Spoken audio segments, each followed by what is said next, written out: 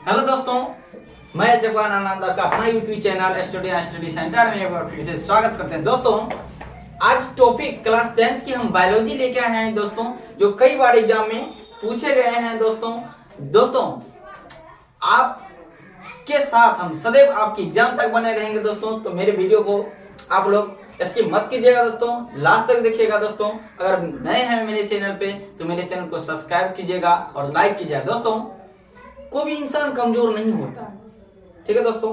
वो कमजोरी अपनी वजह से खुद अपनी मानसिकता के अनुसार ले लेता है कि हम कमजोर है पढ़ने में। दोस्तों, जो जितना बोएगा उतना काटेगा, सिंपल फॉर्मूला है। जो जितना मेहनत करेगा उतना पाएगा, ठीक है दोस्तों। तो आप लोग लगातार मेहनत करते रहिए और साथ में जुड़े रहिए दोस्तों, आपका रिजल्ट काफी बेहतर बनेगा दोस्तों। तो चलते हैं दोस्तों वीडियो की ओर। प्रथम क्वेश्चन है दोस्तों, निम्न में से कौन सी प्राकृतिक संसाधन है? संसाधन की बात किया जाए दोस्तों, संसाधन क्या होता है? मनुष्य की आवश्यकताओं को पूरा करने वाले समस्त जीव जंतु वस्तु, चाहे निर्जीव हो चाहे सजीव हो, सब संसाधन कहलाता है, ठीक है दोस्तों। तो संसार में जितने भी वस्तु पाए जाती है जो मनुष्य की आवश्यकता को पूरा कर दे, वो क्या हो? संसाधन कहलाते हैं। अब क्वेश्चन क्या है दोस्तों, निम्न में से कौन प्राकृतिक संसाधन है? दोस्तों, प्राकृतिक संसाधन, प्रकृति नेचुरल, जो मानव अपने हाथों से नहीं बनाया हो, जो स्वतः उत्पन्न किया गया हो, उसे हम प्राकृतिक संसाधन कहते हैं। जैसे हो गया मृदा, मृदा यानी मिट्टी, जल, वायु, ये सभी के सभी दोस्तों प्राकृतिक संसाधन है, ठीक है दोस्तों। जैसे हो गया मृदा यानी मिट्टी, जल, वायु, ये सभी प्राकृतिक संसाधन है। और जीवधारी जो होते हैं दोस्तों, जीवधारी, ये प्राकृतिक संसाधन नहीं है, ठीक है दोस्तों। जैसे मनुष्य हो गया, ये प्राकृतिक संसाधन नहीं है। हम बोले कि प्राकृतिक संसाधन वह होते हैं जो स्वतः उत्पन्न होते हैं, जिसमें किसी भी प्रकार के द्वारा बनाया नहीं जाता है, उसे हम प्राकृतिक संसाधन कहते हैं, ठीक है दोस्तों। क्रमबद्ध तरीके से आगे की ओर बढ़ते हैं। और जीवधारी संसाधन ही होते हैं, यानी प्राकृतिक संसाधन। मनुष्य के श्वसन अंग क्या होता है? दोस्तों, सभी को पता होगा कि मनुष्य की श्वसन अंग क्या होते हैं। तो मनुष्य की श्वसन अंग की बात किया जाए तो वो होता है फेफड़ा, जो सबको पता है, ये होता है मनुष्य का श्वसन अंग, ठीक है। कौन होता है? फेफड़ा। अगर बात किया जाए मनुष्य का श्वसन अंग फेफड़ा होता है, मछली का श्वसन अंग क्या बात किया जाए तो गिल्स होता है दोस्तों, गिल्स। मछली का श्वसन अंग क्या होता है? गिल्स होता है। केचुआ का श्वसन अंग क्या होता है दोस्तों? केचुआ का ये होता है त्वचा। केचुआ का श्वसन अंग क्या होता है? त्वचा होता है। तो इसे याद कीजिएगा, मछली के श्वसन अंग क्या होता है? फेफड़ा होता है। और मनुष्य का श्वसन अंग फेफड़ा होता है, और मछली का श्वसन अंग गिल्स होता है, और केचुआ का श्वसन अंग त्वचा होता है, ठीक है दोस्तों।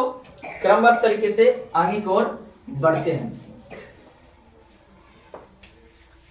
कहते हैं गुणसूत्र की संख्या होती है। दोस्तों, गुणसूत्र की संख्या, मनुष्य में गुणसूत्र युग्मक की संख्या होती है, वो सभी को पता होगा कि 46 गुणसूत्र होते हैं। कितना गुणसूत्र होते हैं? 46 गुणसूत्र होते हैं। अगर जोड़ा में पूछा जाए तो 23 होता है। अगर जोड़ा में पूछा जाए कितना गुणसूत्र होता है? 23 होता है। अगर गुंजमज में पूछा जाए तो कितना होता है? युग्मज में पूछा जाए तो गुणसूत्र की संख्या 46 होते हैं, और जोड़ा में पूछा जाए तो 23 जोड़े होते हैं। कौन चीज? गुणसूत्र की क्या होती है दोस्तों? संख्या होती है। आगे बढ़ते हैं दोस्तों। कहता है पुरुष जीन संगठन होता है। दोस्तों, पुरुष में जीन संगठन होता है। दोस्तों, पुरुष में जो अगर लड़का हो या लड़की हो, किस पे डिपेंड पड़ता है? ये जीन पे डिपेंड पड़ता है। पुरुष के जीन पे डिपेंड पड़ता है कि लड़का होने वाले हैं या लड़की होने वाले हैं। और कई भी हमारे समुदाय, हमारे ग्रामीण क्षेत्र के कई भी ऐसे लोग अवधारणा लेती है कि यहाँ इस आदमी को लगातार लड़की ही पैदा क्यों हो रहा है। ये मादा का इसमें कोई गलती नहीं है, यानी लड़की ही पैदा होना ये कोई गलती नहीं है। ये किसी भी लड़की पर निर्भर नहीं कर सकता है, बल्कि लड़की हो या लड़का हो, ये केवल पुरुष पर ही डिपेंड किया जाता है। आइए समझते हैं। क्योंकि अगर पुरुष में बात किया जाए, पुरुष और स्त्री में की बात किया जाए तो दोस्तों लड़की में XX रहता है और लड़का में क्या होता है, XX होता है। अगर बात किया जाए पुरुष में जीन संगठन तो पुरुष में XY जीन संगठन क्या रहता है, XY रहता है और लड़की में जीन संगठन क्या होता है, XX रहता है। अगर दोस्तों इसमें से X और इसमें से X आ गया तो लड़की पैदा होगा, क्या होगा, लड़की पैदा होगा। इसमें से X और इसमें से X आ गया तो क्या पैदा होगा, लड़की पैदा होगा। अगर इसमें से Y और इसमें से X आ गया तो क्या हो गया, XY हो गया दोस्तों। इसमें से X आ गया, इसमें से Y आ गया तो क्या पैदा होगा, लड़का पैदा होगा। तो ये कतई निर्भर नहीं करता है कि लड़की, इसको लगातार लड़की ही पैदा होगा, इसमें महिलाओं को कोई गलती नहीं होते दोस्तों। ठीक है दोस्तों, आगे बढ़ते हैं, क्रमबद्ध तरीके से हम समझने की प्रयास करेंगे दोस्तों।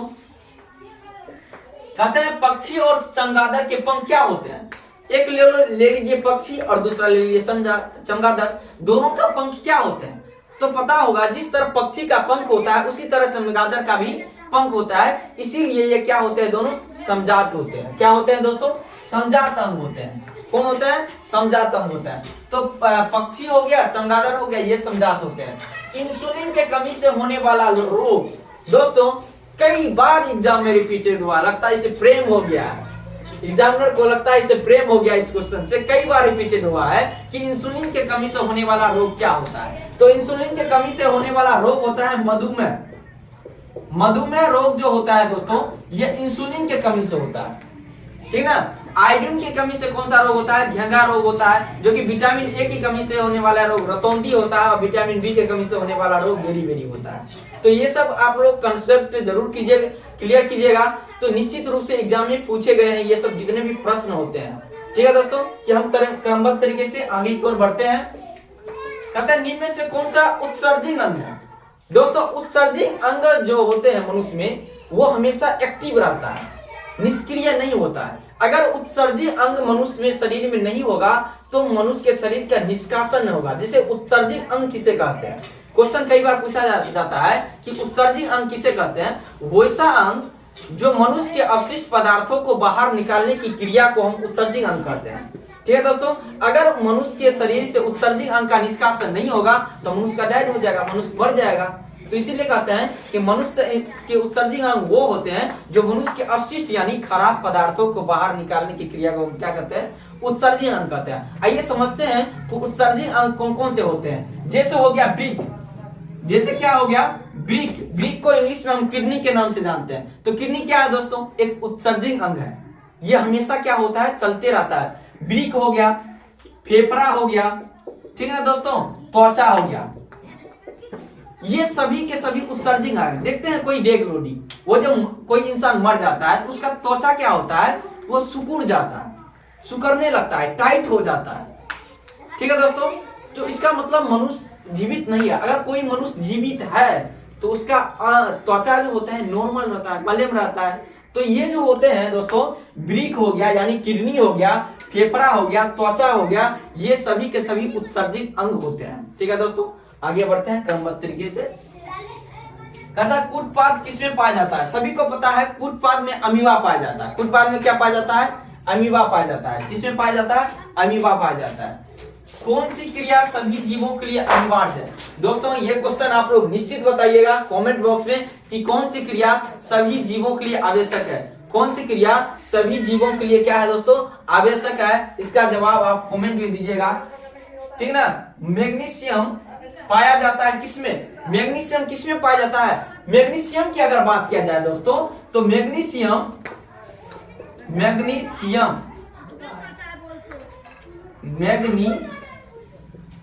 किसमें पाया जाता है। यहां देखिए मैग्नीशियम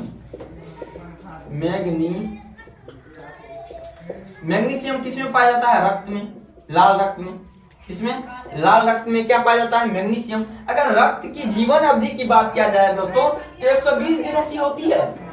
रक्त की जीवन अवधि कितने दिनों की होती है, 120 दिनों की होती है रक्त की जीवन अवधि। और एक स्वस्थ मनुष्य के शरीर में 5 से 6 लीटर क्या पाए जाते हैं, ब्लड पाए जाते हैं। 5 से 6 लीटर क्या पाए जाते हैं, ब्लड पाए जाते हैं। आगे बढ़ते हैं।